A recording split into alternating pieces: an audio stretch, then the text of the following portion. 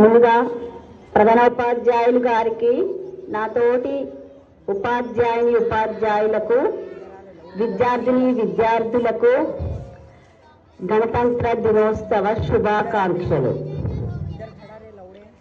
ఈరోజు మనం ఇంత సంతోషంగా ఒక వేడుకని జరుపుకుంటున్నామంటే దానికి కారణం మరి ఈ రోజున ఒక జాతీయ పండుగగా పాఠశాలలో జరుపుకునే ఈ పండుగకు మరి ఎందరో మహానుభావుల కృషి ఉంది.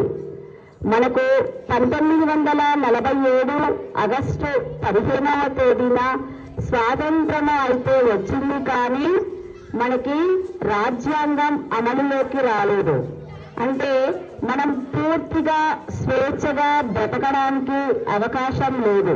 మనకంటే ఒక చట్టం లేదు, హక్కు లేదు.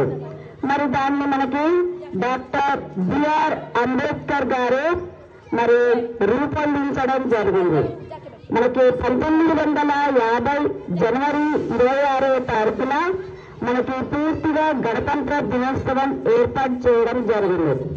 దీన్ని అమలులోకి చేయడానికి డాక్టర్ బిఆర్ అంబేద్కర్ గారికి 2 సంవత్సరాల 18 నెలల 11 రోజుల సమయం పట్టింది.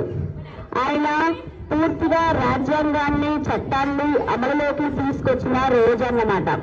అందుకోసమనే ఈ రోజున మనం ఇంత స్వేచ్ఛగా బ్రతకగలుగుతున్నాం. మన హక్కుల కోసం మరి చట్టాలని, మన పోరాటాలను చేయగలుగుతున్నాం. మనం ఆయనకి ఎంతగానో స్మరించుకోవాల్సిన రోజు ఇది.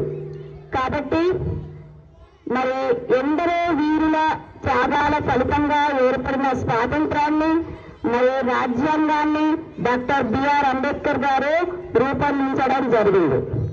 మనకి మొట్టమొదట మరి రాష్ట్రపతిగా కూడా డాక్టర్ బాబు రాజేంద్ర ప్రసాద్ గారు ఉండడం జరిగింది. ధన్యవాదాలు.